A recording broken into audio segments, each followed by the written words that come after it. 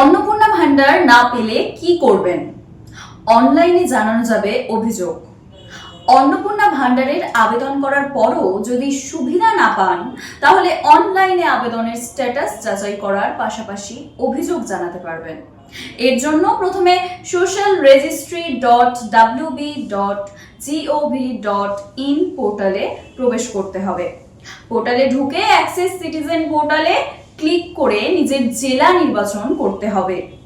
এরপর আবেদন করার সময় নথিভুক্ত মোবাইল নম্বরটি দিতে হবে। মোবাইলে ওটিপি আসার আগে একটি ক্যাপচা পূরণ করতে হবে। ক্যাপচা একটি এলোমেলো জিনিস, সেটি সঠিকভাবে পূরণ করার পর ওটিপি দিয়ে ভেরিফিকেশন সম্পূর্ণ করতে হবে।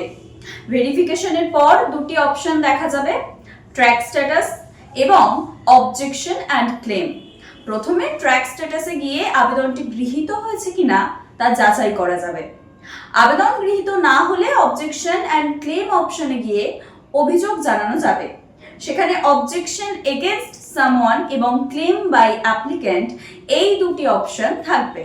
নিজের আবেদন সংক্রান্ত অভিযোগ জানাতে ক্লেম বাই অ্যাপ্লিক্যান্ট বেছে নিয়ে প্রয়োজনীয় তথ্য ও অভিযোগ লিখে তা সাবমিট করতে হবে। অর্থাৎ অন্নপূর্ণা ভান্ডারের সুবিধা না পেলে প্রথমে আবেদনের স্ট্যাটাস যাচাই করুন।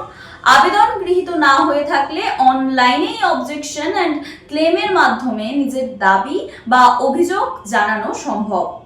এইরকম আরো আপডেট পেতে আপনারা দেখতে থাকুন এই বেলা বাংলা শিরোনামে সবার আগে।